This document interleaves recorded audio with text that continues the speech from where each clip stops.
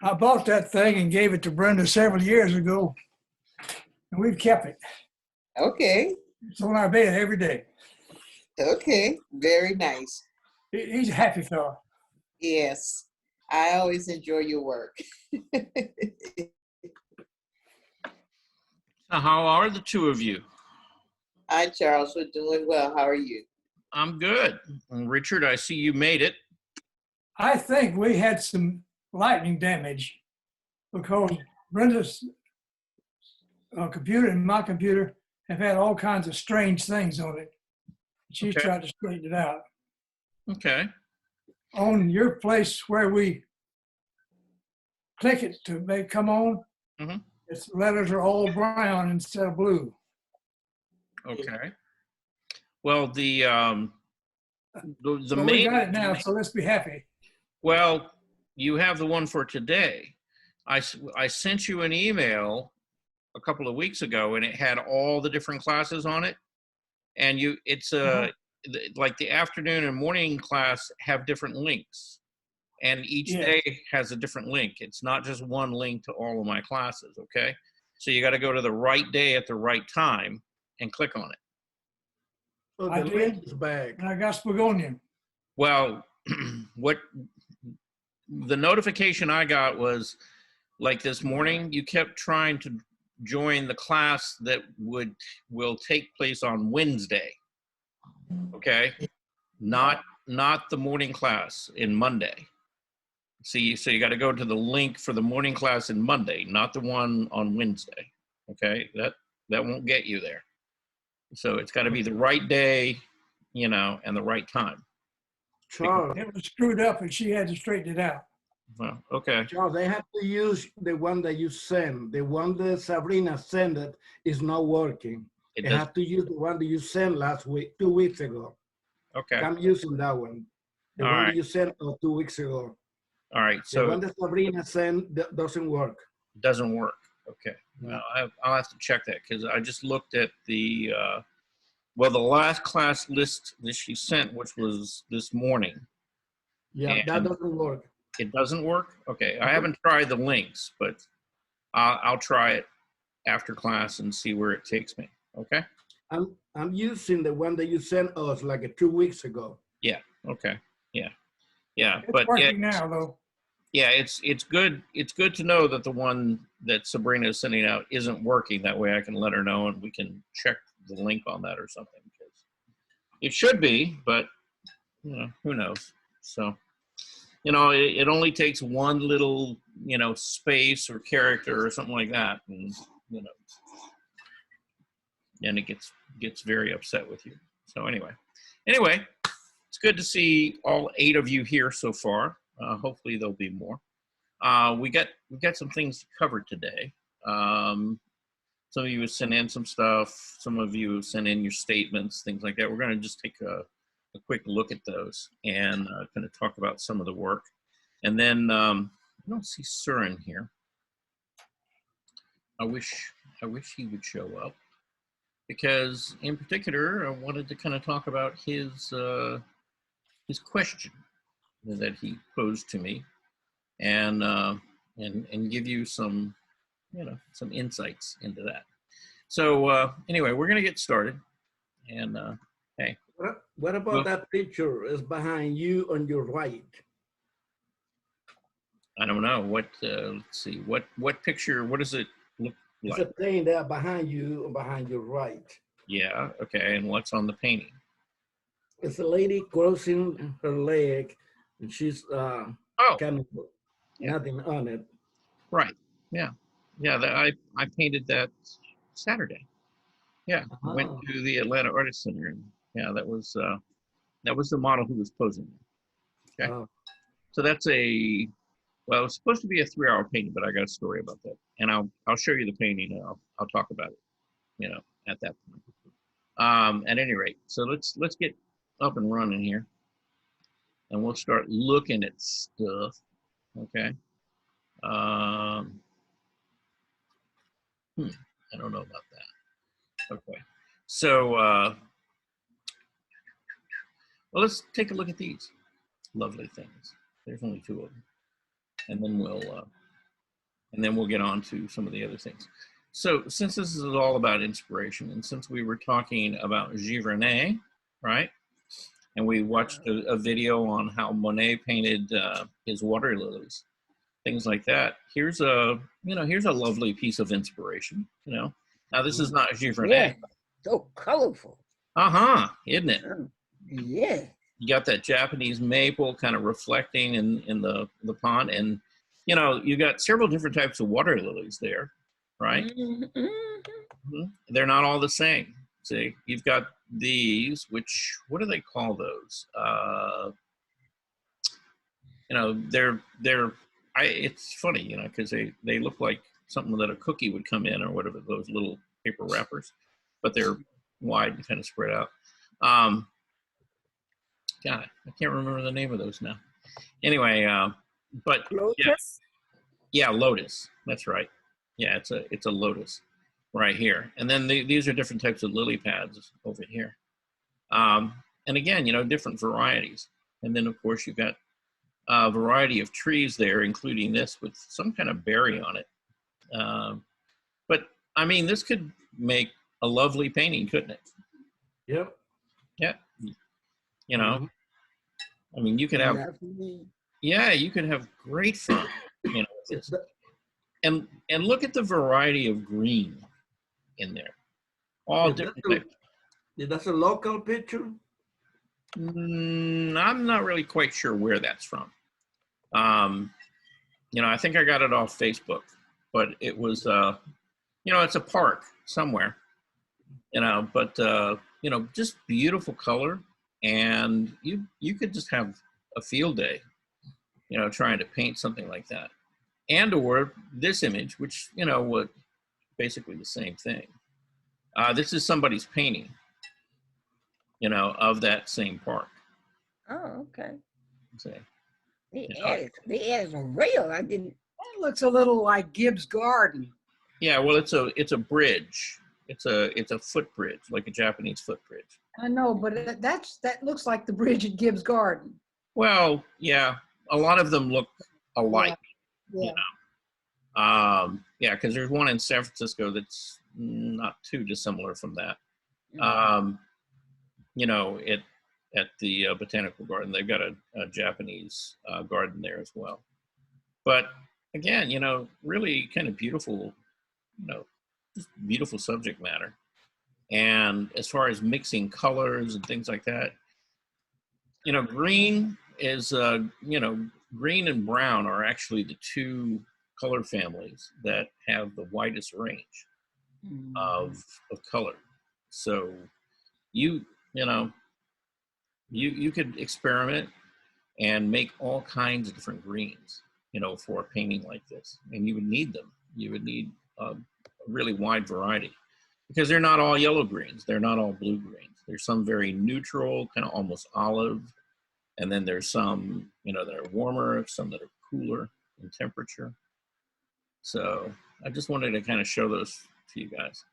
And in the case somebody got inspired by that video we watched on Monet, and you wanted to try something like that, you could find yourself some reference, similar to this, or you could, go to a local park with some lily pads or something like that, take your own pictures, and, and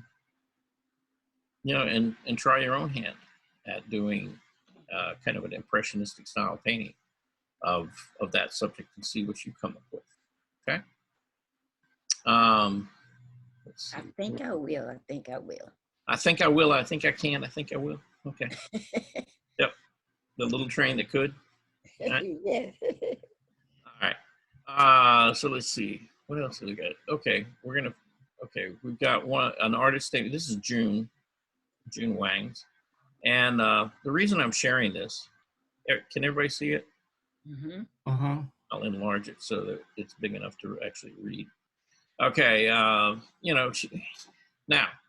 this is, I like this, but this is not something that I want you to do, okay? Uh-oh. Yeah. So what do you want us to do? So this is an example of what not to do, okay? Is June here, by the way? June, are you around?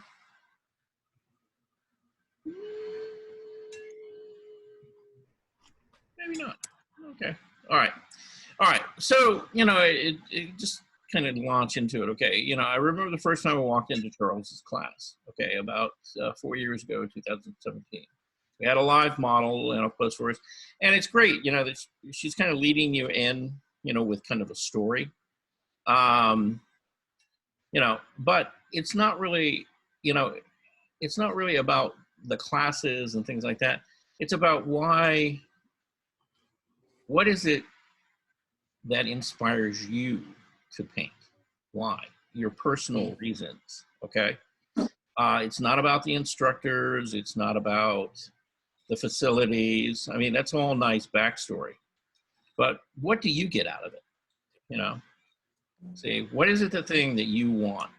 When you sit down with a paintbrush, you may have a goal in mind, but you also get something out of that, out of the process of painting or making something, whether that's validation, whether that's, just, it puts you in a peaceful place, whatever that is.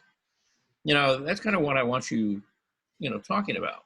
Now, she brings up some great, things about, the fact that, that really confronted her, walking into a classroom and having a live model. And she really didn't come from an art background. And it was like the first time she ever tried anything. And it was a challenge. And ever since then, she's kind of taken it on as a challenge, because it makes her think, it makes her learn, it makes her, do things that she wouldn't normally do. And it forces her to practice and expand her English vocabulary, since English is not her first language, right? So, she gets a lot of different stuff out of that, and so I guess my statement to her about this is take it, shorten it down, make it more personal, about her and about what she gets out of it. And so kind of that's the format I want you guys to try to follow, right? Oh, did you get one from me? I did. Because the thing about it is, I have to start with the instructor and the person that took me, because even though I know what I want from it now, Mm-hmm. It did start with the person taking me, though. I understand. Yeah. Yeah. But again, for the purposes of this senior art show and why it's going to be, or how it's going to be presented, it's not going to be on the screen real long. Oh, okay. So kind of condense it. Right. Yeah. Okay. And again, keep it more about what you get out of it, or what you're, why do you do it? Okay. Now, and, the story you sent, about the fact that, one of your friends took you to a painting class, and that you were kind of resistant about it, and that you got into it. And then, the fact that I guess you did a vase of flowers but you had kind of a complicated background, and he had you take a lot of that away and simplify it. I mean, that's a great story, but it doesn't leave the viewer of that show with any idea as to what you get out of painting, say. Okay. And so we want to just kind of do that in a short, 2 or 3, maybe 2 or 3 sentences. 3 or 4 lines, 3 or 4 Yeah. lines. Yeah. Okay. Yeah. A short story or a novel, won't work. Okay. Hey, Charles, Yeah. what about saying I love art because it helps to reduce the stress of my everyday life and it puts me into a state of relaxation? Yeah, that's you. It's all about you. And that's, Exactly. yeah, that's enough. Mm-hmm. Okay. Well, I'll ask mine too. Did you get mine? I got several. Yeah. I can't remember exactly who's all I got. I know I got Bob, June, Claudia sent hers in quadruplicate. let's see, Bernice, yeah. And probably one or two more. Me, John. Yeah, I think I got something from you, John. You know, anyway, we'll see them. They're in here. We'll take a look at them. Also, a week before you left, I sent in some two things that I had redone, like that one with the motorboat. I put a sailboat in it. Did you get that? I think I did, and I think, okay. and I thought Something else that I yeah, I thought we looked at those. okay. And maybe you weren't here when we did that. But Well, yeah. that's possible, because I have trouble getting into the morning time. It's 11 o'clock before I can get to you. Yeah. Okay. Morning time. Anyway, let's keep going. We'll go through this stuff, and then of course, if something doesn't show up, you know, we'll go look for it, or you can resend it, and we'll get it in here. You know, we've got the whole week. You know, so 2 days, really. Huh? Wednesday and Friday, that's it. 2 days, yeah. Wednesday and Friday. Yeah. Well, but we have the whole week to find it and get it in. Oh, okay. Yeah. So we'll get around to it. We will. Okay, so let's take a look at some of this stuff. So this is a piece, and I haven't seen her lately, but this is one of the pieces that Azam sent in. And again, you know, Azam does a lot of sort of decorative, kind of abstract or kind of graphic pieces. And, you know, this is somewhat reminiscent of, you know, like the Klimt painting that we saw this morning, right? With the gold, you know, using the metallic. And she's done a couple of things here. You know, she's used a metallic paint, and then she's, you know, washed on a layer of dark paint. You know, she's masked part of it evidently, and then, you know, went over and stained part of it, part of the gold, to kind of subdue it a bit. And so it's kind of an interesting, you know, technique with being able to kind of push areas back and, you know, let other areas come forward. Because I can almost guarantee you that these were not painted separately. That, you know, at one point this was all a gold background, and that at some point she masked this area off and stained, you know, this outside border area, and then peeled the mask off, and then, you know, worked in this area. Maybe built these up, or maybe they were already built up, I don't know. But, you know, she's got different elements in there. And the only real color that she has in there is this turquoise color. And then she's put sand or something, some kind of gravel in there to add a texture to it.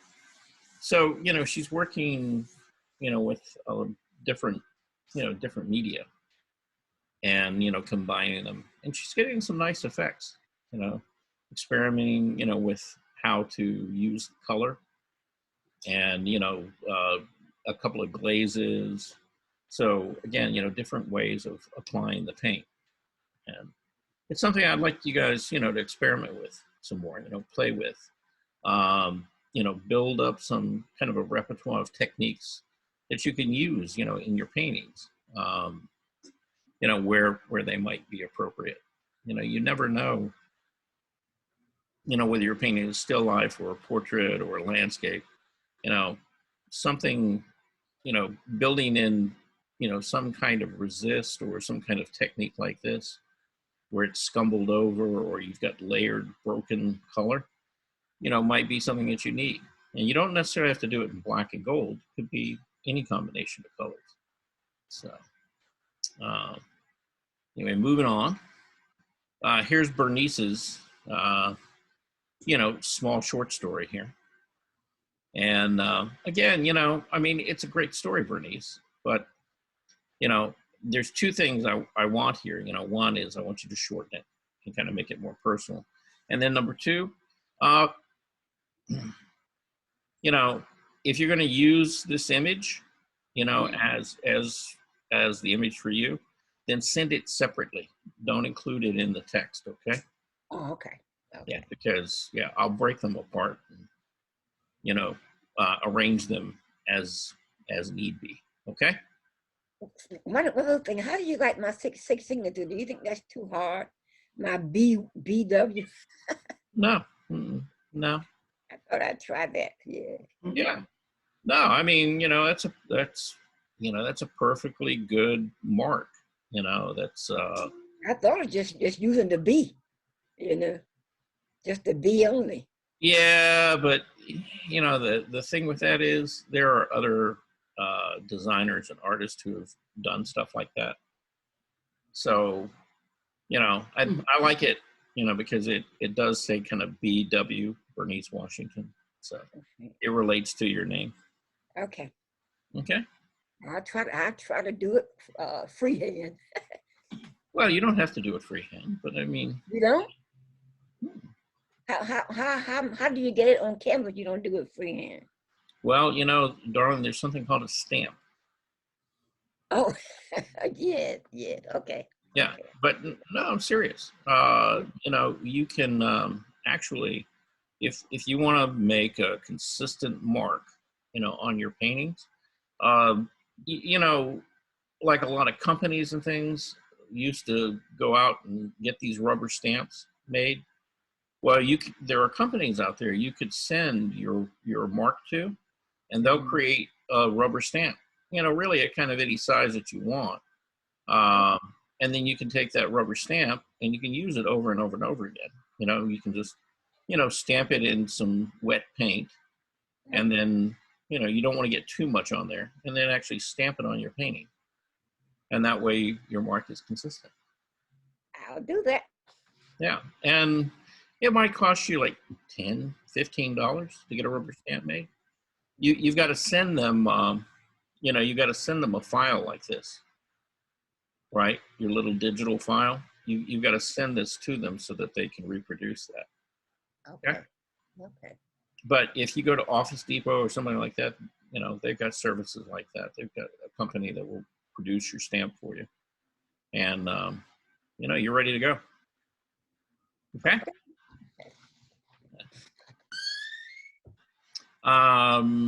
Let's see. Oh, this is Betty Bates. Okay. And, Betty, again, I think she did a pretty good job at this, because again, it's all about her, and it's all about her viewpoint. Now it's a little bit long. What you did, you look like my dad. My dad. Yeah. Going back now. Uh-huh. Hello? Are we talking to us, or are we talking to somebody in the background? Okay. Anyway, it's a little bit long, so it could be kind of condensed. But, I think she stayed on task, and, it's all talking about her work, kind of her viewpoint and what it is that she's trying to do with it. And that's fine. So that would be a good example of what to do, maybe just, shorter. We got Bob. And, I think that's fine, Yeah, his is nice and short. Yeah, it's not too, it will be on the screen long enough to read about that much, and then it's going to kind of, move on. But yeah, that's probably about as long as I would make it. Okay. Okay. But again, it's about him, why he's making art, and that's kind of what we want to stay with, right? Is your own personal reasons. Speaking of Bob, here's his latest and greatest painting that he's been working on. And Bob, this is pretty close to done now, right? Yeah, I'm not happy with the speakers at this point. Mm-hmm. Basically, I've got to redo the oval. The ovals aren't the right proportion to the angle Right. of the speakers. Yeah, I'd say the angle is off more than the proportion. Yeah, well, but anyway, I'm redoing those. Okay. Those the speakers. Yeah, the one to our right, seems to lay down on that surface a little bit better than the one to the left. Right. That kind of looks like it's cattywampus on the left side.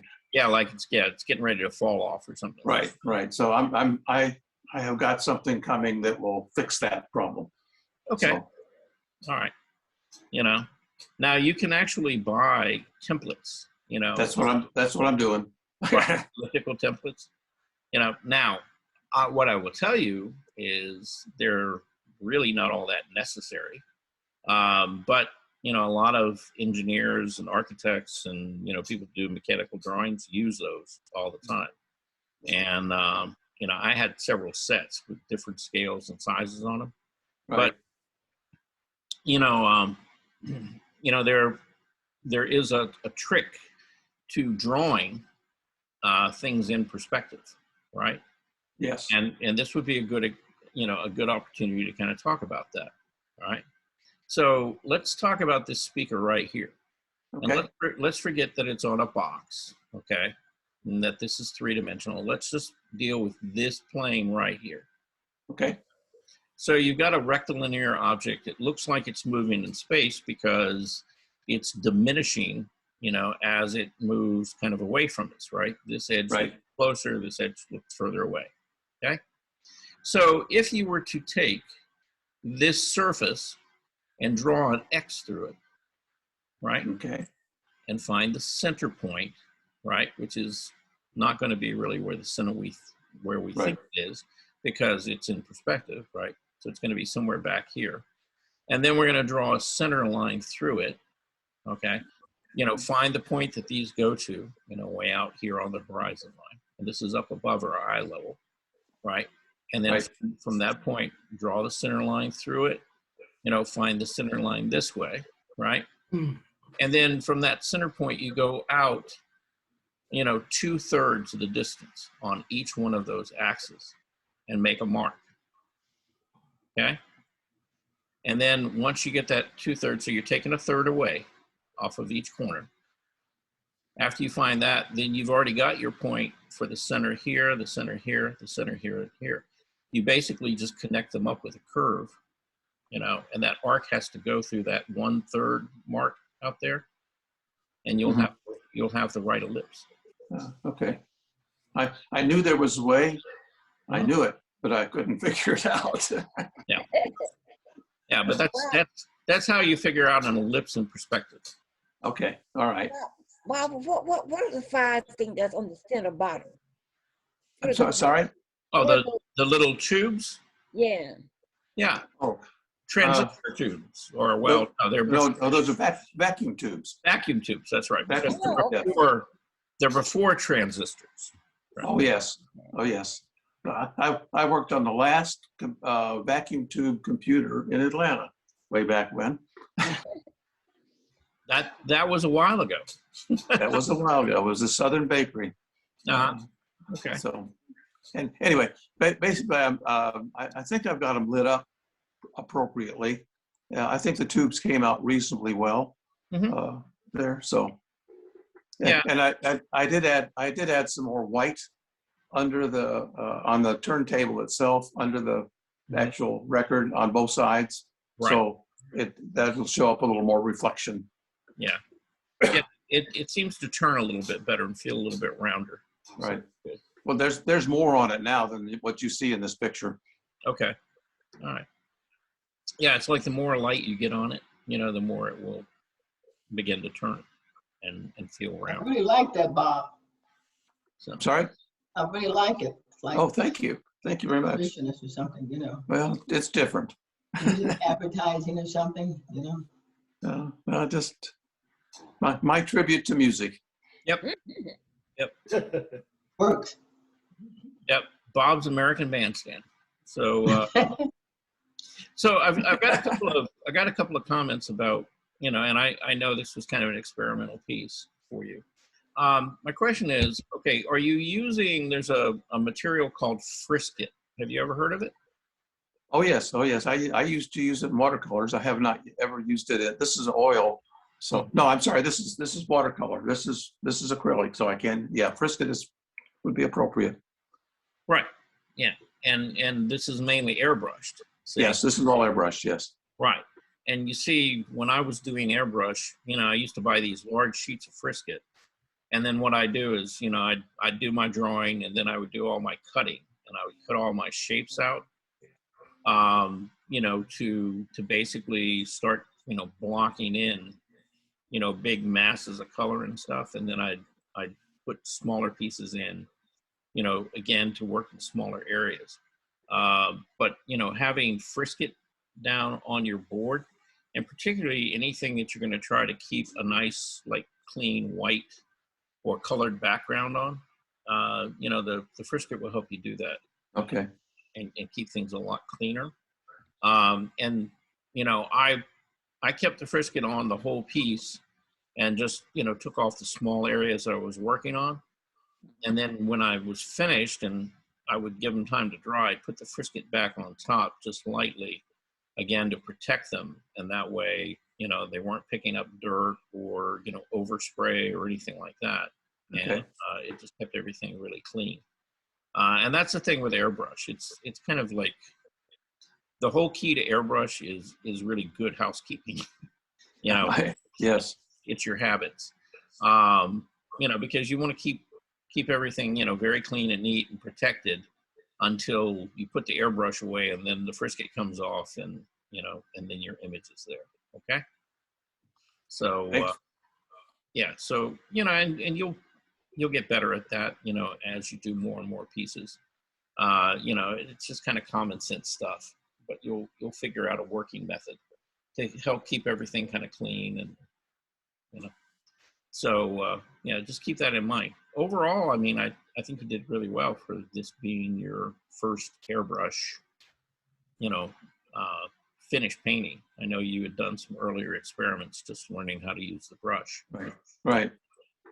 And that is the biggest headache to airbrushing is keeping the stupid brushes clean.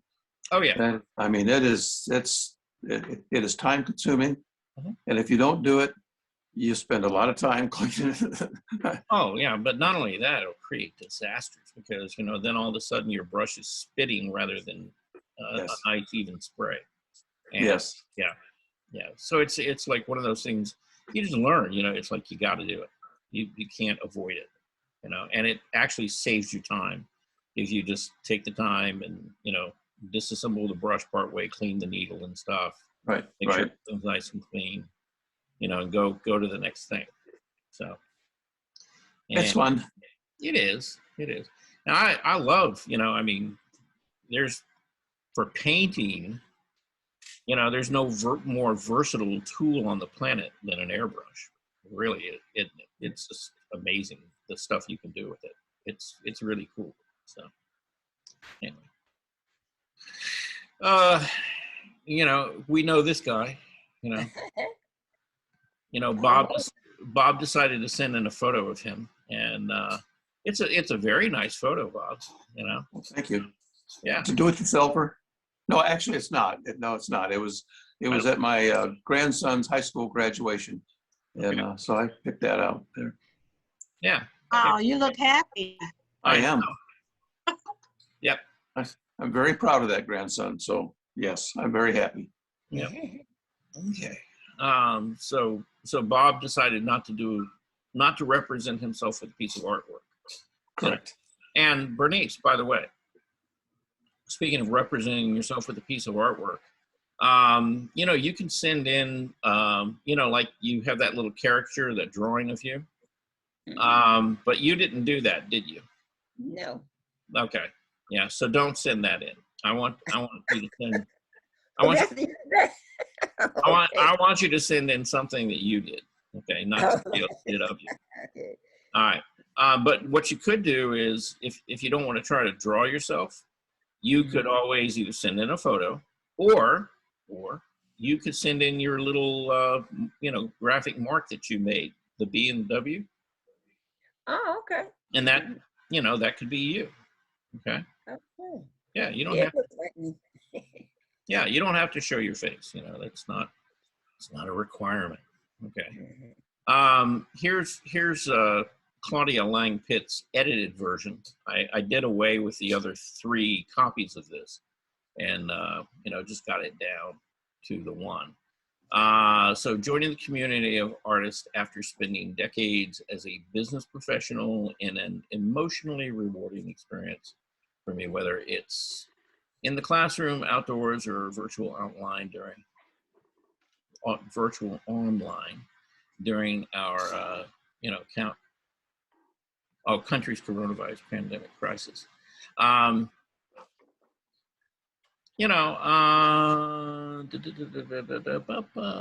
painting from life, realism.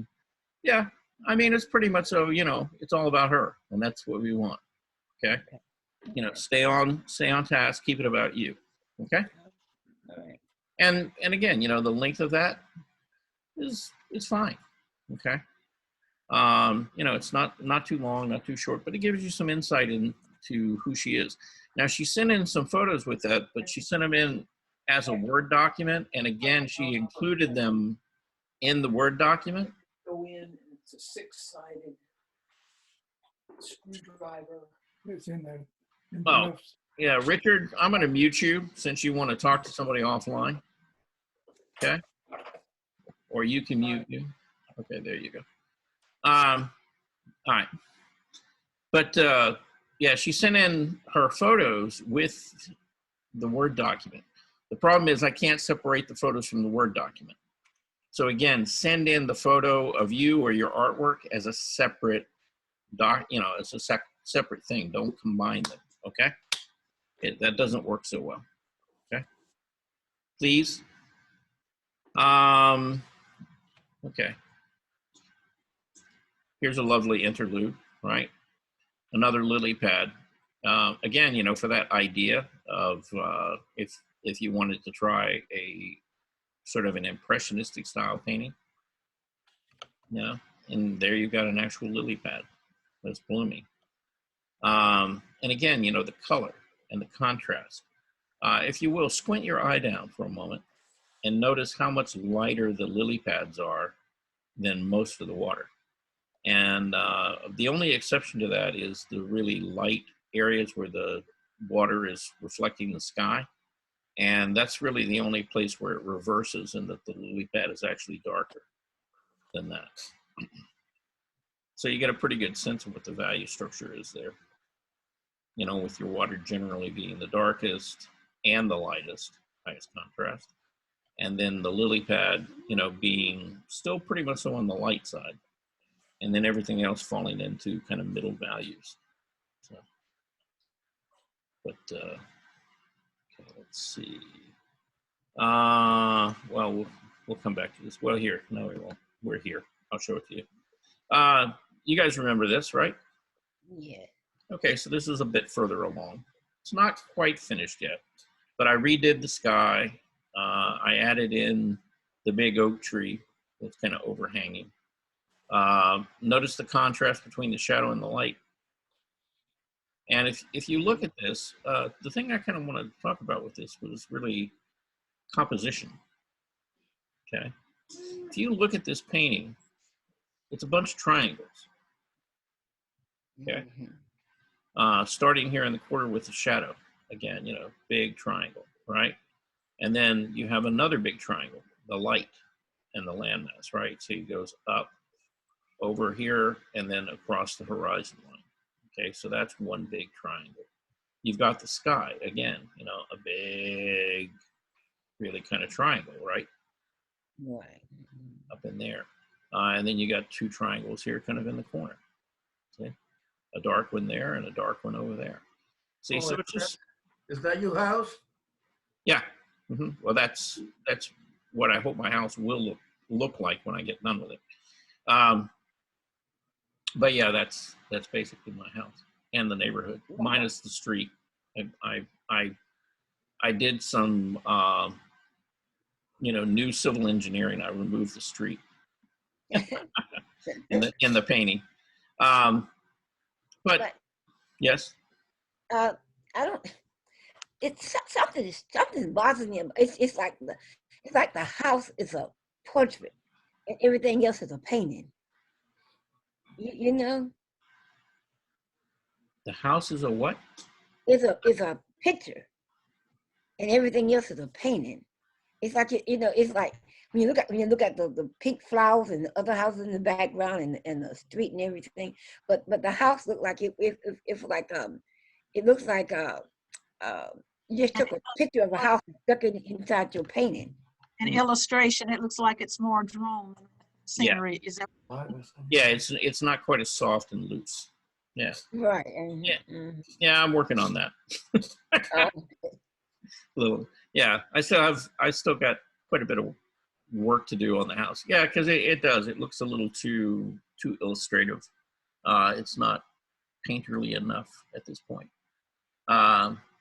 So I need to go back and take some lessons from Richard Schmid, on painting houses. Because again, and that's a fair criticism, because I think you're right. There's I'm getting too caught up in the details of the house. Right. So That's what you need to keep to show the construction people what it's supposed to look like. yeah. Well, and that's what the drawings and stuff are for. And yeah, yeah, this is what it's supposed to look like. Well, I love the detail. That's me. I love the detail. Yeah, but it's not the way Smith and a lot of painters don't paint, but I love the detail on some paintings. Yeah, well, and but Bernice is right. It's you got to try to make it fit into the painting, and it doesn't quite yet. It looks it's a little too mechanical. The other buildings in the back. Yeah, so softening it up a bit will probably help a little bit. I'm like I said, I'm working on it. But I'm like you, Claudia. I want to nitpick at it, and since it's my baby that I'm creating, then yeah, I get a little too wrapped up in the details. So anyway, can you soften it with glaze? No, I'm gonna have to go back in with more paint. Okay. And it won't take that long to do. I've already actually, let's go back to it. I already started doing it like here on the roof line. So the roof is a lot softer. I just have to do it on the windows and stuff like that, and just soften them up. They're a little too hard, and that and some of the the trim and the detail, like all of the divisions in the siding, are a little too stark. So again, I've got to kind of take those down a little bit. Now those I could probably soften with a glaze, but the trim stuff, I'm gonna have to, just kind of break up some of the hard edges on it. So, I mean, back here in the porch and stuff is fine, back here, but all of this is a little too mechanical, a little too hard. Looks like you should have a swing on your porch. Yeah, I probably should, when it gets built. So yeah, that's probably one of those additions that will probably either that or a rocking chair. So yes, and maybe both. Who knows? It's big enough you could put both on there. Okay, so here's India's statement, and again, so she gives you some reasons, why she ended up, in an art class, and overall, yeah, I think it's fine, just the way it is. Let's see. Eventually, well, yeah, it's like, okay, she loves the process of doing it, and I'd like to hear her maybe kind of talk more about that rather than the circumstance that got her to do it.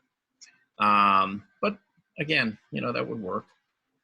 And again, the length is good. It's not too long.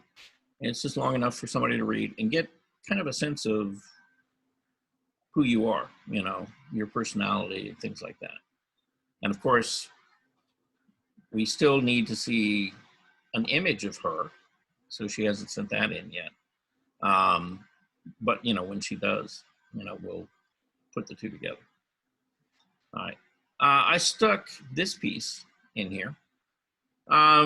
This is something I found on Facebook, Okay. Oh. And it's actually a watercolor. It's really nicely done. Nice composition, nice light, nice shadow, a nice sense of turning the form on the figure, and the cast shadows from the railing, and how they move, around the form. See, So I It mean, almost looks like it's airbrushed. well, it's all watercolor. Watercolor. Oh, okay. Yeah, it's a watercolor, and it's a pretty good size. I mean, I think it's about a 30 or 40 inch. You know, so it's big. It's a big piece. But again, you know, it's got a nice softness to it. And a nice, you know, you pick up some of the reflected light, you know, going up the back. And again, you know, it's what we talk about, you know, turning form. If you look at the value structure, all right, so you've got the light side of the figure, right, really to about here. So from here over, everything's lighter. From really here over, everything is falling into some kind of shadow, right? You've got the core shadow. It's darkest, like right along in here, where it turns. And then after that, you've got the reflected light, you know, on the back, across, you know, the back of the leg, the buttocks, everything else. So you get, you know, those 5 really distinct areas of value, right? So you get this is light over here. Then you get highlight. Then you get mid-tone. Then you get core shadow. And then you get reflected light. Okay. You know, hold up your hand. 5, 5. You know, always keep that in mind. You know, if you really want to turn form on a figure or really anything, even on like, you know, a still life, like a coffee cup, anything else, you have to have those 5 steps in value to make it turn. Okay. But I thought this was a really lovely example of that. And Oh, yeah. yeah, really beautifully done. Nice, nice piece. This is Jacqueline's piece. This is a little diorama that she did. And this is her sewing room. Oh, that's cute. Yeah, it's wonderful. I mean, it's That is marvelous. very cute. Now, I don't really know how big this is. You know, I'm guessing it's relatively small. But, you know, just really, really nicely thought out. You know, she's got the piano over here in the corner and, you know, her computer, you know, her sewing machine, you know, a little table, her mannequin, you know, to hang her dress or whatever on. And then, of course, you know, shelves and things. Her perspective is really good. Yes. Squares and. Well, this is actually a 3-dimensional piece. Oh. This is not a painting. You're actually looking. It's a box. Yeah, you're actually, it's a diorama. Okay, so you're actually looking, yeah, it's what they call an installation, right? So these are all real 3-dimensional little objects that she's put in there. And I'm guessing that this is wallpaper or fabric or something like that she's used, you know, as a base. But, you know, really well thought out, you know, really, really nice, neat little piece. And again, you know, not everything has to be a painting. Not everything has to be a drawing. You know, this, you could kind of consider it sculptural, okay? Or mixed media, if you want. But, you know, dioramas are fine. You know, a lot of artists work in installations and dioramas and stuff like that. So, yeah. But, you know, just, again, you know, it's like really kind of a fun, well thought out little piece, you know. I mean, she's got a little corner over here for her music and musical notes and the piano. So all of that theme fits together. Over here is kind of the sewing and the sewing machine, a real sewing machine, and also a kind of a graphic image of a sewing machine, and a pair of scissors, you know, down there in the corner. So, I mean, she's, you know, she's found elements that kind of relate to each other, and then she's used them in, you know, a very kind of thoughtful, well-planned way. So, yeah, it's a really nice piece that she sent in. Okay, so now we're going to talk about John. John, you here? I'm here. He's here. I'm not going to ask you any questions about these right now, okay? Because I want to make a general statement, but I want people to look at them before I do, okay? Okay. I'm going to show you the work that John sent in, starting with this piece. And then I'm just going to kind of, go through them. I like it.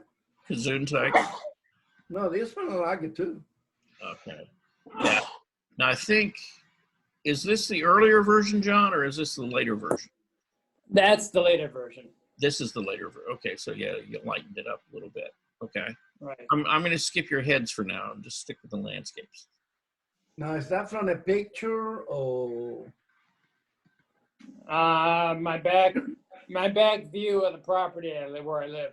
That one. Oh, yeah, that looks nice. This one or the one previous? No, but the azaleas. Yeah. Okay. All right. So that's kind of like the back of your property. Okay. And then this one, where did this one come from? Out of my head. Out of your head. Okay. All right. You know what they say, they've got a song about that, wash that man right out of my head or out of my ear or something like that. Yeah. Yeah. And then this piece right here. That was on television. A drama I was watching, and that was a scene that I had. It was a recorded thing, so I stopped it and took a picture of the scene off the television. Okay. All right. And then there's, this piece. And we saw him kind of working on that and how it developed. Okay. So now I want to make my general statement. Okay. And that is, from your very early pieces, when we first started this a year ago, and the landscapes and stuff that you were doing then versus what you're doing now, these are getting much, much better, Oh, thank you. Well, you're getting better at controlling this sense of distance and atmosphere and depth, in your paintings that you didn't have before. Okay. Right. And, I'm not taking any great credit here or anything, but it's the fact that as you're doing this and as you're looking at more work, you're beginning to find ways of expressing that distance where before I don't think you were really cognitive or aware of it. And so you weren't putting it in your work. And here, that's true. Yeah, here you're making, some, direct efforts in trying to portray that, in the work that you're doing. And it shows, like in this piece in particular, you've pushed that mountain back there, the clouds, everything fits together very nicely, and the foreground really pops forward, coming towards you. So you get this nice sense of depth in there that you weren't getting before. And so kudos to you. Okay. Thank you. Yeah, I think you're doing really, really well with that. I've been very conscious of that and working on that. Yeah, and it shows. It definitely shows. And you're beginning to see it more and more consistently in your work, and so that's good to see. I'm happy with that because it's always great to see people make some changes and progress, in their work as time goes along. And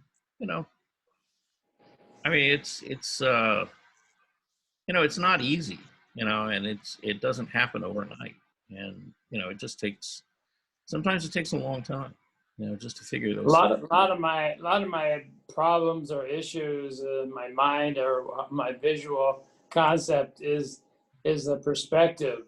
That's why, particularly the vanishing points and things like that. Yeah, but the more you do landscape, the more you do architecture, and particularly trying to place architecture in a landscape, and the more you work, my suggestion for you would be get out of your house, put on your mask, go sit in your front yard, look down your street, draw your street, draw some of the houses, in the neighborhood, things like that. The more you do stuff like that, the more you'll really begin to, tune your eye up to, perspective and vanishing points and things like that, because you'll see them, you'll see them in everyday life, and just draw what you see. That's what I'm almost thinking that everything I'm doing is almost the same. My landscapes are. Yeah, no, not so much. I mean, there's, you've got a variety of things here. I mean, like in this piece that's up now, and this piece, and then the piece up here, at the top. I mean, those Right. are, yeah, those are all kind of like overlooks. You're kind of looking out into the distance. In that way, they're similar. But again, you're playing with different elements. You've got different shapes of mountains and things here. In your other piece here, it looks like you've got a body of water, and again, you're up on a hill. Right. And so you're kind of looking out and over this landscape. In the piece, like down here where the river is, the river's leading you back in the distance, down this valley that's in between this mountain ridge, and you would assume there's probably a hills or mountain ridge on this side as well. So those are fairly similar, only in the context of the fact that you're mainly working with distance, and the thing you're trying to achieve is that, that layered look and atmospheric perspective. Like in this piece, not so much.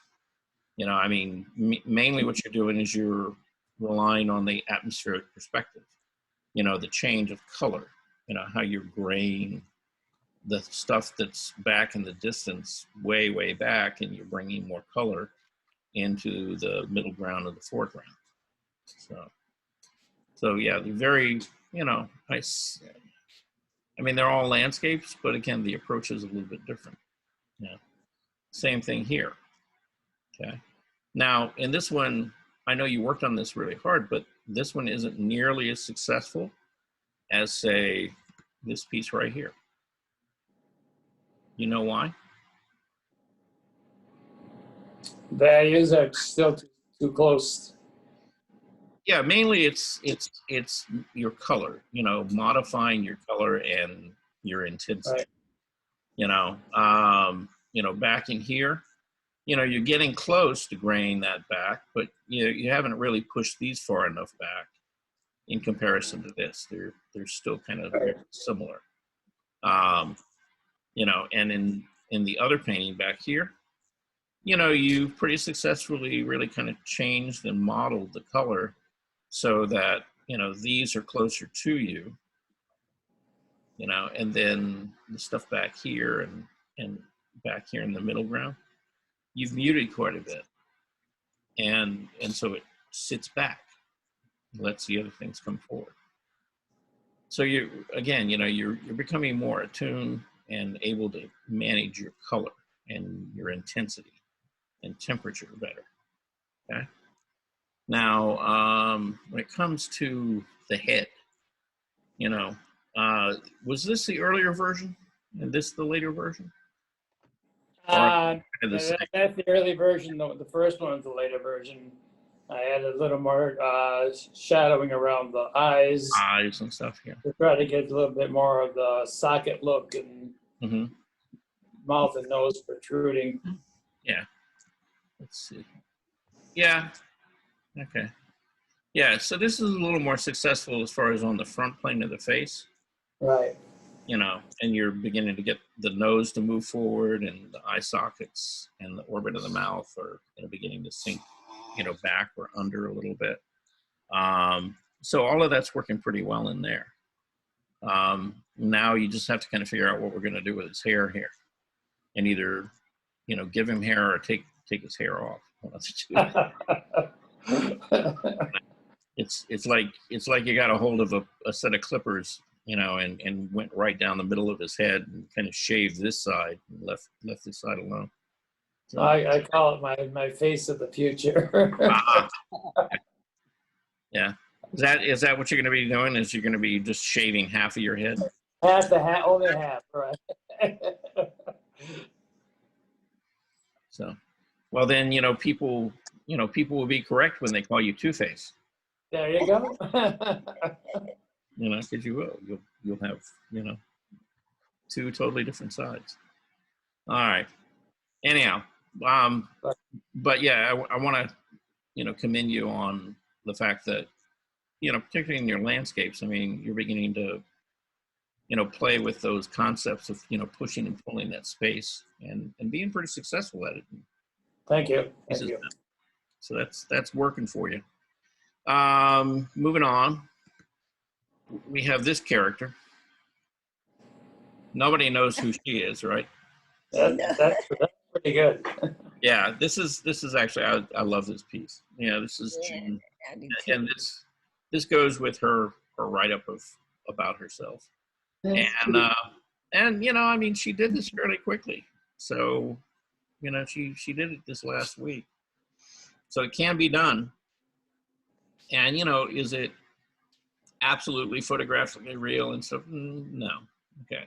And it doesn't matter, but she's got a really nice sense of light. And, you know, there's a sense of distortion to it that feels appropriate. You know, it kind of gives you a feeling, you know, for the movement, you know, of the figure and stuff. So, yeah, I really like this piece. It's a nice little piece, and I wish she were here. And... I'm here. Oh, you're here? Oh, then what are you sitting there quietly for? Speak up. You know why I'm quiet? Why? You waiting for me to say something bad about you? No. Okay. You never say the bad about me. No. You're always patient. Yeah. No, I'm not going to say anything bad about This you. is Alaska. I went to Alaska cruise. Uh-huh. Yeah. Yeah. Yeah. I took the picture. Uh-huh. Yeah, and you got a nice glacier behind you, you know, and the... Yeah. Okay. Right. Yeah, and again, you know, I love this painting. You know, you did a really nice job. And it, you know, it feels like you. You know, it's not like photographically you, but it feels like you, you know. Oh, thank you. Yeah, it's got, you know, it's got a nice feel to it. I like it a lot. Yeah, I like that. I like that too, June. Yeah. Thank you. So, and we talked about your write-up. Were you here for that? No. No? Okay. Yeah, well, we talked about it. Oh. You know, overall, it's not a bad write-up. It's a little bit long. It needs to be a little bit shorter. Okay? Okay. And again, you know, really kind of what I'm looking for is I want you talking about why you paint. Okay? Not the story about how you got into painting, but just kind of why you do it. What do you get out of it? Okay? When you sit down and paint, you know, what do you get from that? Okay. So something a little bit shorter. Okay. Oh, I see. Okay. And about you. Okay. About me. Not about the classes or how you started classes or anything like that. Just, you know, why do you keep doing it? Okay. Okay. All right. So let's, here's a drawing that you sent in. And, you know, it's a lovely drawing. Where did you do this from? I think the picture, the screenshot. Oh, you did a screenshot. Okay. All right. All right, and then you got a lovely flower. And this is in, is this color pencil or is this like watercolor pencils or what is it? Color pencil. Okay, yeah. Are you using like Prismacolor pencils? What kind of colored pencils are you using? I bought maybe a set from the Amazon. Okay, but are they from a company called Prismacolor or what brand are they? What brand? The art. I don't know what is this name. This Art Leisures. Art Leisures. I don't know. Okay. Okay. Too small, cannot see. Well, they label. Yeah, the saturation of the color of these are pretty good, and they feel like they're probably soft enough that you can build up, you know, a little bit of color on them, and the color intensity and stuff is pretty nice. So yeah, so yeah, this is a, you know, I mean, I think you got a really nice start, you know, on this drawing, and you could leave it this way, but you could also keep developing and building up, and, you know, working layer over layer of color until you get the color a lot stronger, you know, particularly down in this area. Is there a particular color pencil that we should be using? No, you know, some are a little bit better than others. You know, some people use these color pencils that are water soluble, and they call them watercolor pencils. Those are fine and will work as well. But for color pencils, you know, mostly I use what we call Prismacolor pencils.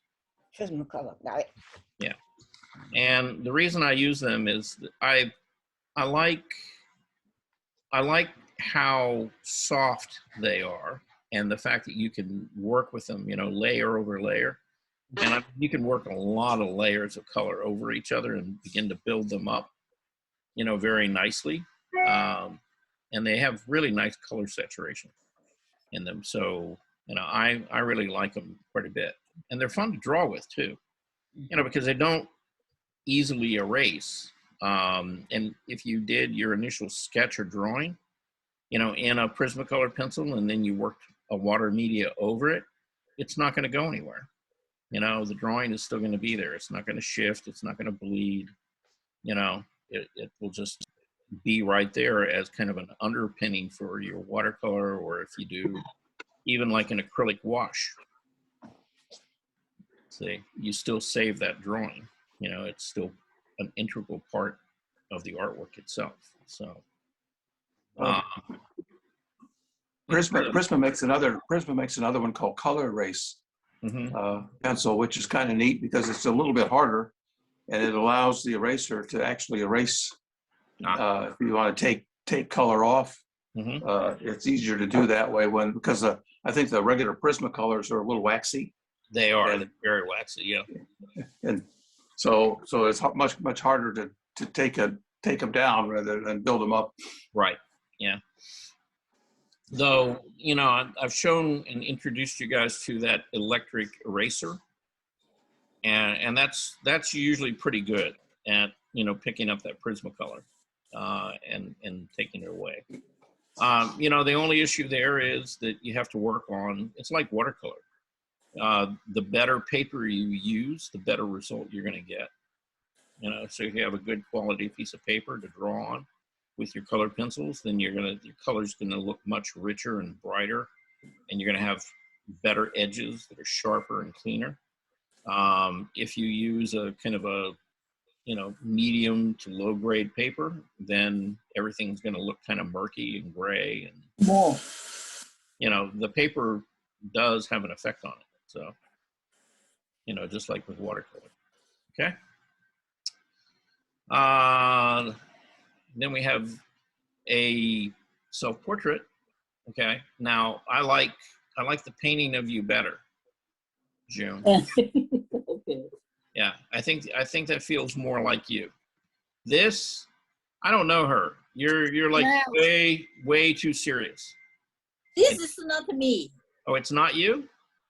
No. Oh, okay. Well, maybe that's why it doesn't look like you. It's my friends. Oh, it's one of your friends? Okay. Yeah.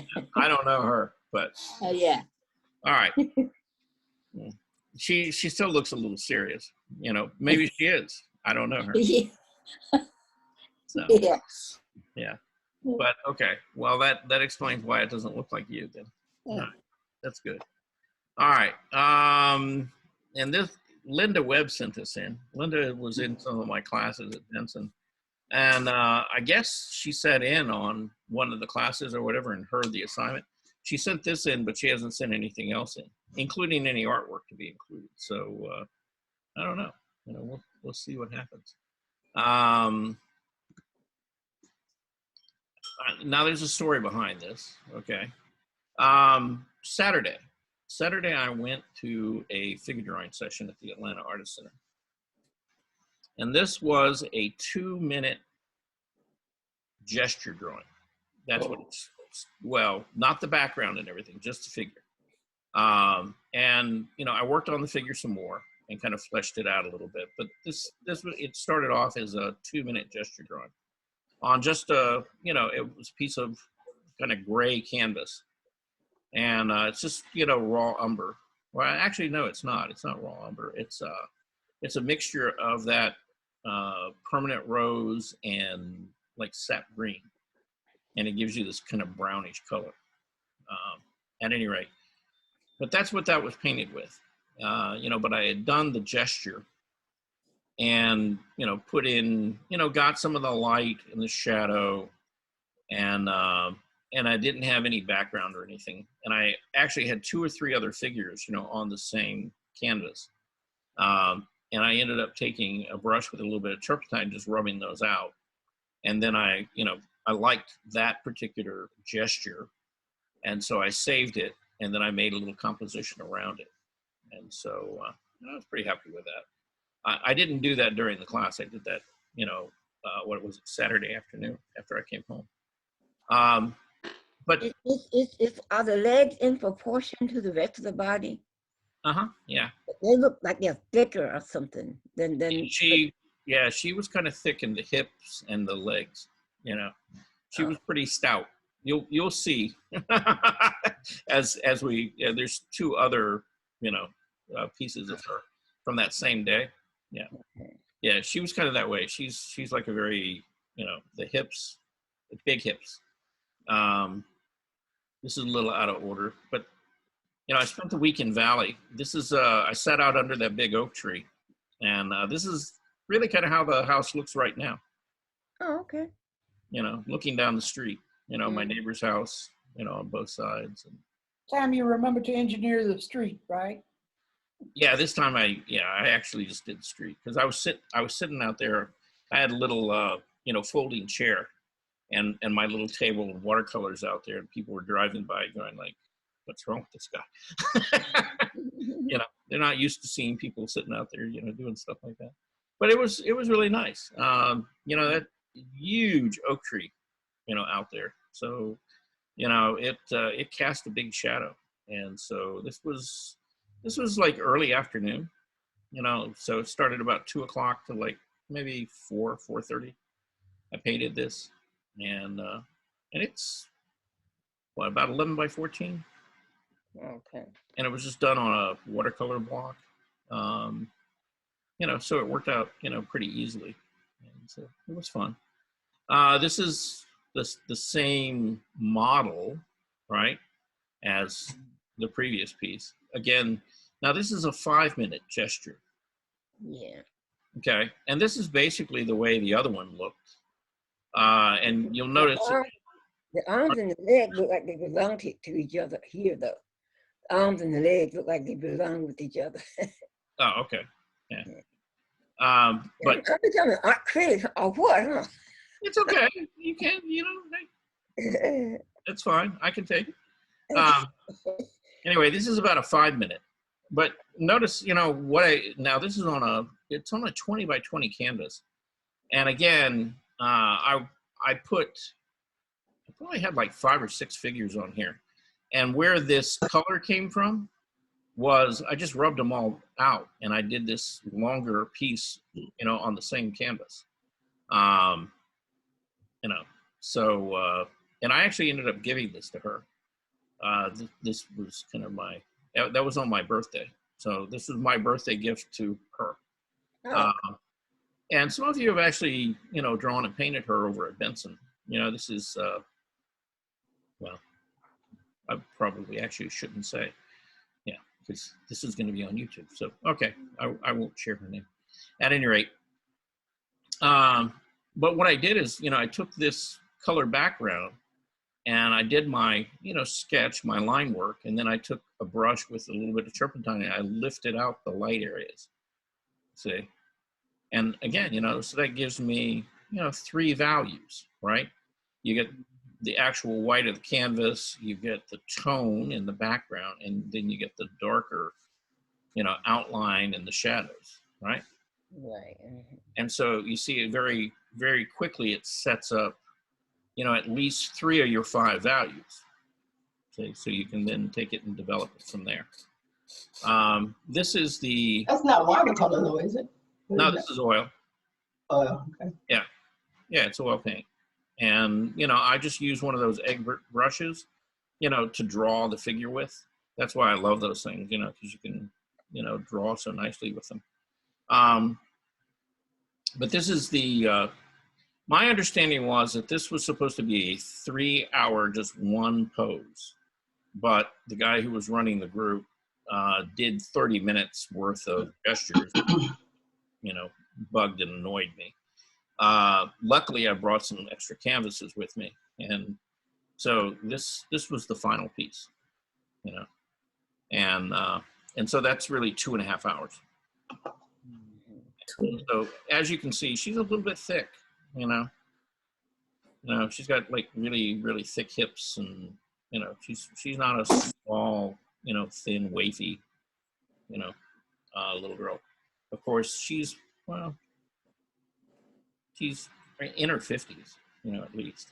So, but she's actually one of my favorite models. I've worked with her for many, many years in Atlanta, and to date, I think this is really probably the best, you know, figure sketch I've done of her so far. I like that one. Yeah, and it looks like her. I mean, it kind of feels like her. So I'm happy with that. And for a 2.5 hour painting, you know, it's like, you know, how much you're going to get done in 2.5 hours. So wanted to share this with you guys.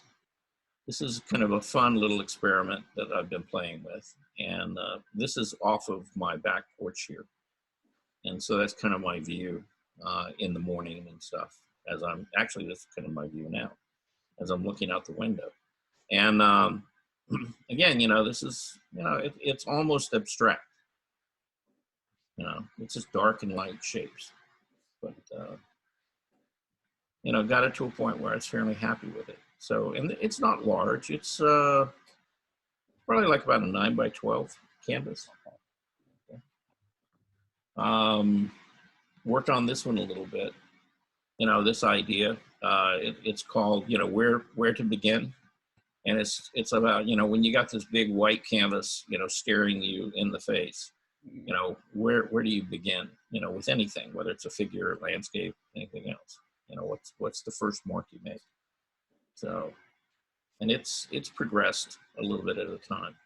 And now this painting, you guys saw it earlier in the year, and it was all in gray tones. You know, it was what we call a grisaille. It was an underpainting. And so all of the color and things that's been built up has been put over with layers of, you know, different glazes, you know, to take that grisaille and to begin to add color into it. And so, again, this is still fairly early in the development, but you can begin to see some of the flesh tones beginning to develop a little bit, you know, in these areas, you know, the color of the actual wood, you know, on the floor and things like that. And so little by little, you know, it's coming along. The thing that actually that has the most paint on it right now is really this table. You know, just building up the color and the glazes on it, you know, to get that to feel like the type of wood that it is. You know, so there's probably a good, there's at least probably 15 or 20 layers of color, you know, right there, you know, on those areas. That's very nice. Yeah, to begin to kind of build up the intensity of the color and stuff. Let's see. And then I have a question.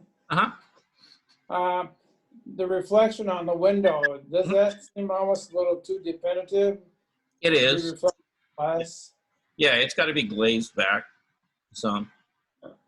You know, I'm just trying to build up the flesh tones on her as I'm trying to build up the flesh tones on me. But yeah, then I've got to kind of fade it back a little bit, you know. But I want to try to get the color in there first, you know, and then I'll soften it a little bit. Yeah, she's actually. Is that a reflection? Is she a reflection in the window? Or? Yeah, she's a reflection in the window. You know, you're not seeing her; you're seeing her reflection. So, Yeah, and it is right now.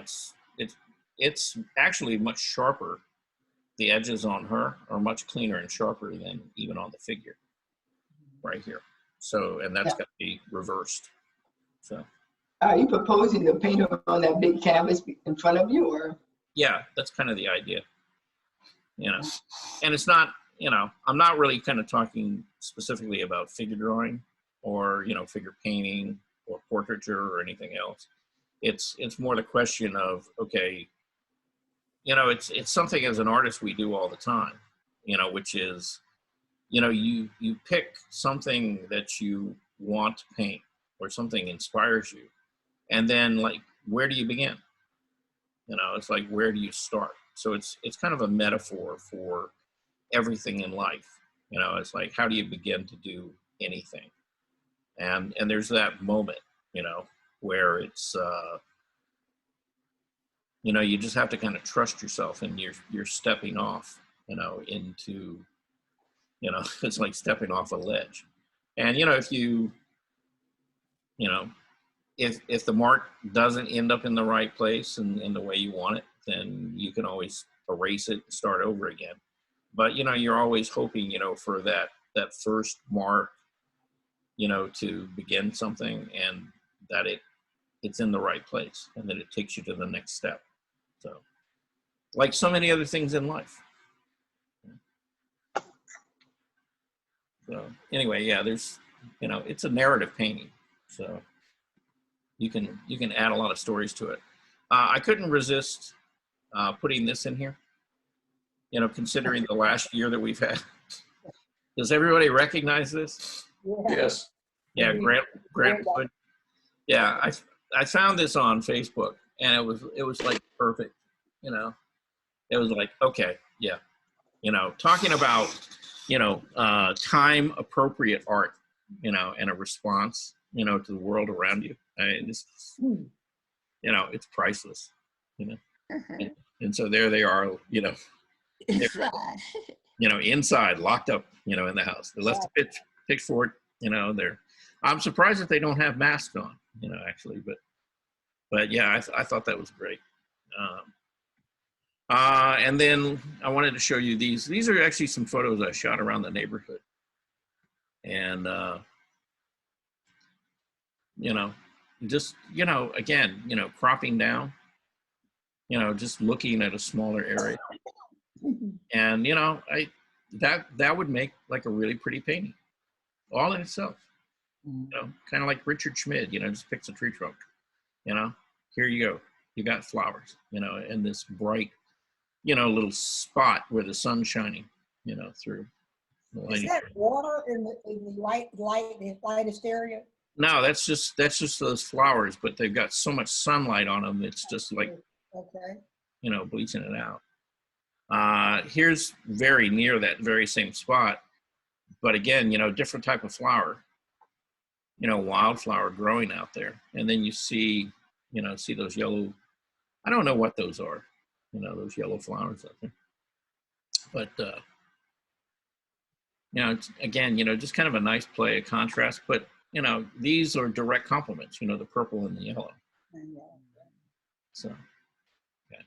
Now we're going to get to the juicy part. Okay. So Søren, I wish you were here. Søren sent me in this painting. Okay. And we've seen this painting before. And this is by Felix Fulton. Okay. French painter. They called themselves the Fauvist, right? Because the colors are so bright and stuff.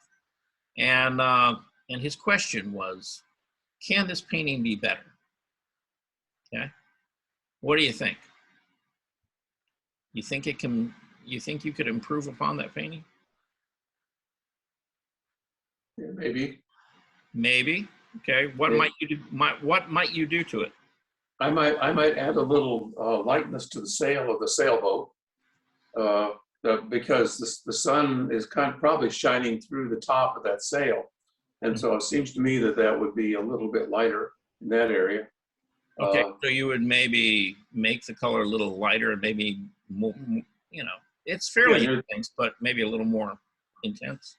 Right, right. A little more transparent, sort of, kind of. Okay.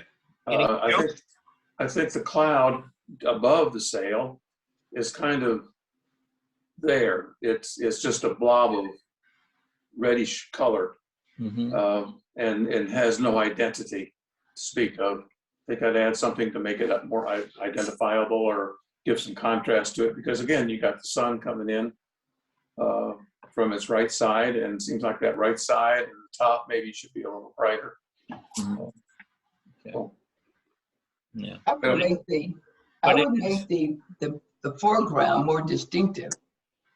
It looks like it's all background. You mean here? Yeah, under the boat, the two boats and whatever that is on the right side over there. I would make those objects more distinctive. Okay. So you might sharpen the edges or put more. And make the waves in the water a little larger, cut to the front here. They all look small and just, it's just, all the paint strokes seem to be the same almost. Well, in looking at this from here, they seem to be much tighter and smaller, and then as they do get bigger as they come forward, But so I think I make them a little bit larger then. Yeah, you could push that. You could definitely make it, visually, clearer than he did. Anybody else? That's what I was thinking too, that the sail and the buildings look almost like they're on the same plane, and the intensity of color. Okay, now you're on to something. Okay, so why do you think that is? Why do I think he did it, or why do I? No. Why do you think it is the way it is? Why does it kind of flatten out in that middle area? Why is that red sail no closer or closer to us than, say, those dark buildings behind it? Well, I said the color and the value all seem to be the same. Right. Yeah. Yeah. So let me point that out to you. Since John found it, and that was that's partially the right answer. Yeah. My issue with this painting is that this rooftop and all of these darks in here are all as dark as the boat right here. Yes. And so what that does, because they're kind of the similar proportion and stuff, is it flattens that whole area out in here. And it says that this is as close to us as this, and that can't really be. So my solution would be, I would take and I would gray these down. These dark. Now that doesn't mean that I would lighten up the value necessarily, but I would gray the color down, make it background less intense so that it moves back. Okay. Now there can be dark things in a background. We see that all the time depending on the lighting situation, but as far as the intensity and stuff, yeah, it's got to be much lower than what the boat is, because the boat's much closer to us. Okay, so I definitely changed that. The light if you grade the background down, then you don't have to do anything to the fore. No, not really, because it will push all of that back. Yeah, and let everything else come forward. So that's one solution. Okay. If the light is coming from the moon or the sun or whatever that is back there, why would the building, the front of the building be that white color? Oh, you mean right here? Yeah, that's a good question. It doesn't seem to quite. Yeah, the light and shadow don't seem to be falling quite in the right place, do they? I would kind of expect that this would have more light on it, and that this would be in more shadow. Right. So yeah, that was a pretty good catch, actually. Yeah, and that doesn't really seem right, does it? No. Okay. It seems like a physical impossibility. You got sunshine coming from in front of on the white and the moon from the back. It's not logical. Yeah. Well, I'm not sure it's the moon. It might be the sun. Whatever it is, it's kind of a logical view. Yeah, kind of around about sunset or something. But yeah, you're right. Yeah, the direction of the light and shadows don't seem to kind of fall in, in sync with each other. And that was a really good catch on that one, Gene. Okay. Anybody else got anything else to throw in there? I think it looks really, very painfully. I like the way he painted it. Oh, it's beautiful painting. Yeah. In fact, it's a fairly well-known painting by him. Yeah. And most museums would kill to have it. Yeah. Okay. But here's my point.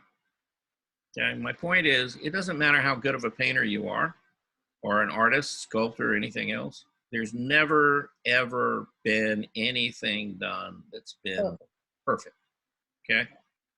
And again, he may not have really thought about where the light and shadow was, and that, and when he started this painting, maybe on his study, when he started it, the sun was way over to the right and those were lit up. But by the time that he got done finishing it, it was over here, and, the whole mood had changed, and he didn't bother to go back and change them. See?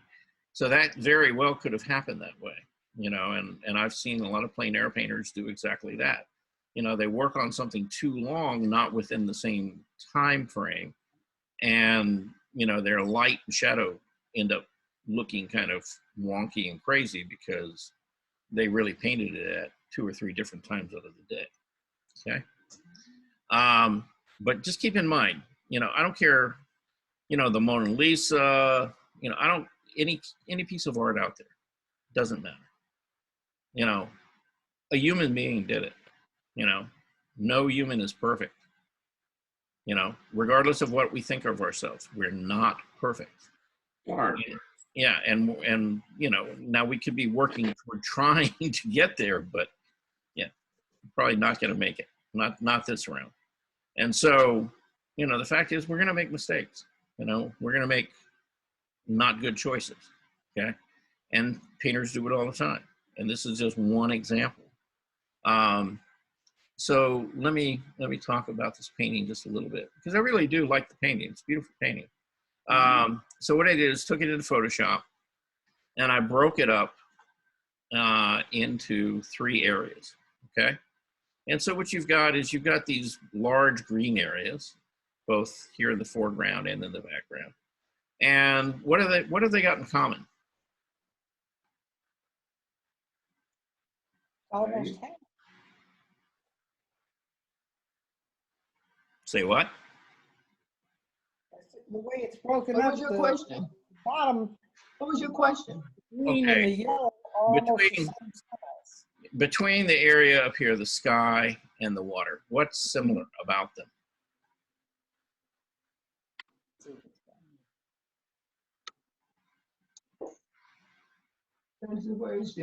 What's the vocal point? What's the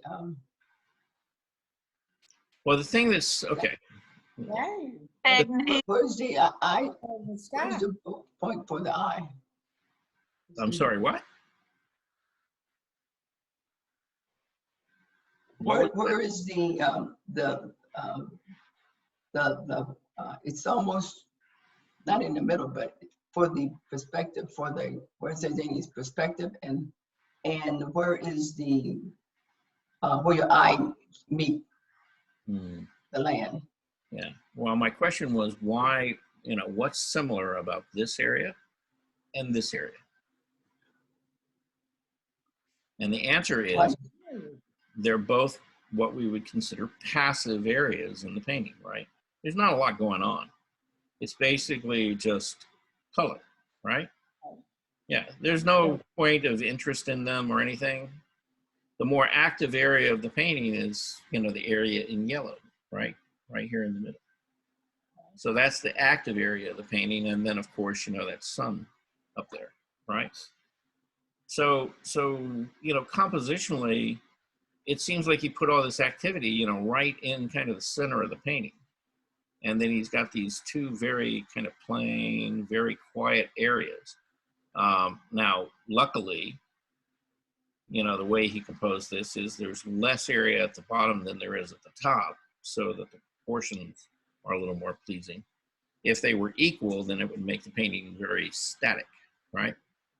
So, you know, so if you're breaking this up into active and passive areas, you know, putting that active area right in the middle like that and just having kind of a thin strip, yeah, probably not the best choice.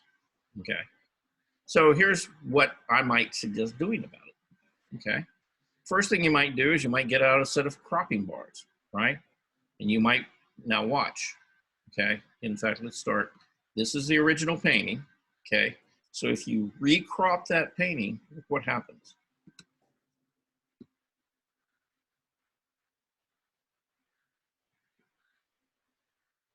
The active area becomes more in the Dominant. middle Yeah, and more, stronger. yeah, much more dominant, right? Because we cropped out a lot of So you excess. took crop the top part out. Well, we cropped some of the top, some of the bottom. Yeah, that makes well, sense. not so much of the bottom, really. Mainly it was At the all top. and then off of the left and the right, see? And we've, you know, by reducing the image area, now it's become much more active, doesn't it? And, you know, the height of this house versus all the rest of this, you know, becomes, you know, more dominant, you know, and more present, okay? So there's one solution. You could just crop it differently and see it changes the composition and the feeling of the painting drastically, you know, between, okay, and I'll just go back and forth between these, okay? The horizon is in the center now. Yeah, it's close. It's a little below, but not by much. But then, okay, so you can crop it, all right? Here's another thing you can do, all right? You can play with the scale of things, okay? What happened here?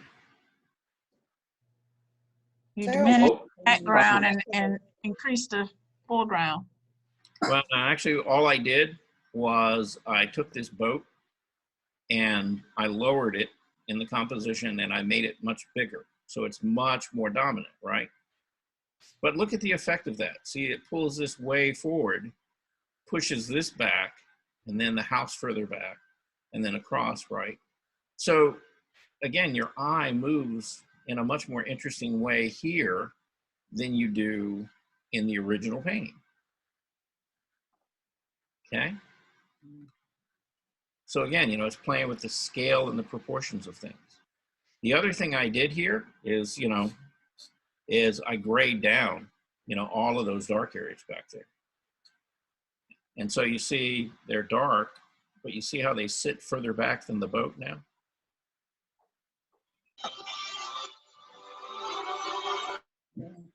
It'd be really outstanding if the sail, if part of that sail was light. I mean, that would really. Yeah. Yeah. And so you see, you know, you can do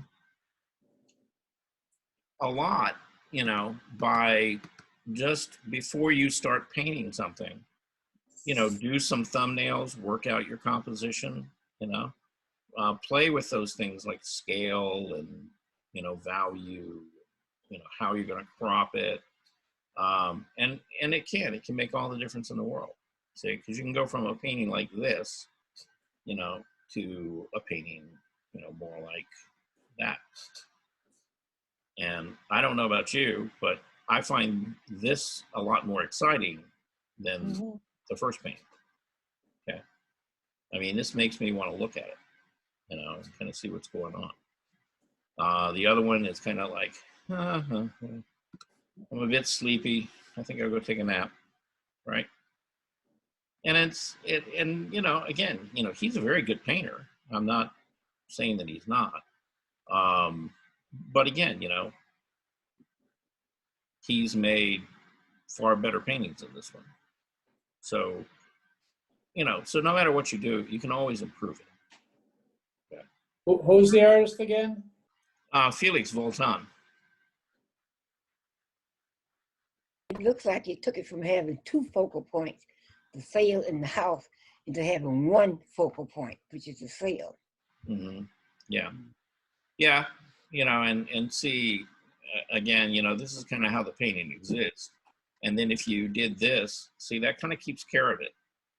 You play with the scale of it, and then all of a sudden that red sail becomes the most dominant thing in the painting, right? Right. And I didn't do anything to it. I just made it bigger. That's all I did. Just make it bigger. You know, which pulled it closer to us. Okay? But it also, you know, compositionally did some really nice things by doing that. See, now this reflection, you know, pulls us into the painting, you know, to the subject matter, and then across to this boat, and then back to the house, and from the house back to the trees, and then back into the city, you know, and you kind of meander up to the cloud and then the sun. And then you kind of come back here and start all over again, you know, and you just keep moving around in there. And You grade the background down some too. yeah, well, just the dark, you know, in the city here. Yeah.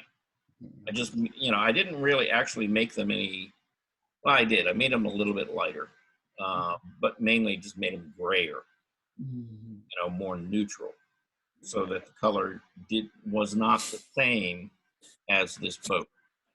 Okay. But, you know, just with those little bits of differences, you know, it made quite a bit of difference in the painting. And so, you know, a lot of times, you know, when you're having issues, you know, with your paintings, it's not that you have to repaint a lot of stuff. It's just you have to figure out, you know, what is it, you know, what's not working here? You know, what do I need to do, you know, to kind of tweak this to get it to work the way that I want to, you know? So maybe you need more light. Maybe you need stronger shadow. Maybe you need less, you know?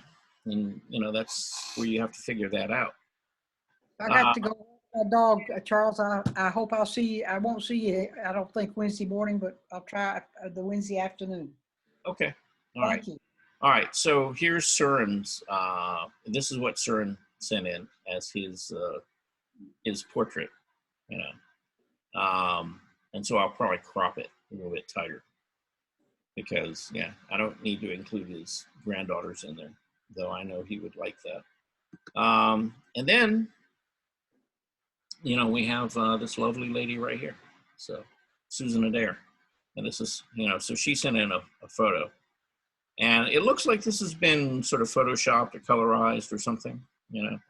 So I guess it could be considered a piece of artwork, you know, rather than just a regular photo. But, you know, again, that's kind of what people have sent in so far. Okay. So anybody got anything else that you want to talk about? Yeah, Charles, you want the photos attached to the email? Just sent an email back, so. Well, I want them, you know, you can have more than one. Upload it to an email. Yeah, you can have more than one attachment on an email. Okay. Yeah. But I want, I want the photos separate from the copy. Okay. Yeah. Look for my blurb, because I sent that right away Friday before we left. Okay. Yeah. I saw something from you. I may just have to go back and pull it out of the email. It may just be in the email. I need to copy it and put it on a document or something. But yeah, I'll find all that stuff. And we'll talk more about this Wednesday, I'm sure. Though Wednesday morning, which is fast approaching now since it's now Monday afternoon. Wednesday morning, we're going to watch a film about painting techniques. And so I'm trying to remember the name of the artist that I picked, but it's a he. Anyway, that will take about 45 minutes, and we'll, you know, talk a little bit about some of the things that you guys sent in. So if you send in your artist statements and you send in images of you in the meantime, if you can get that in tomorrow so that I have time to begin to put them together. Like I said, by Friday, I would like to have them incorporated into the slideshow. Okay? That's my goal. Anybody there? Yeah. Okay. Okay. All right. All right. We'll do. I'd appreciate that. Okay. No problem. All right. So anybody got any questions or anything about anything before we go away? No, all the information was very helpful today. Okay. All right. Well, then go enjoy the rest of your afternoon, and we will see you Wednesday morning. Okay. Take Okay. care. All Bye, right. everyone. Bye. Thank you. Bye. Bye, Linda.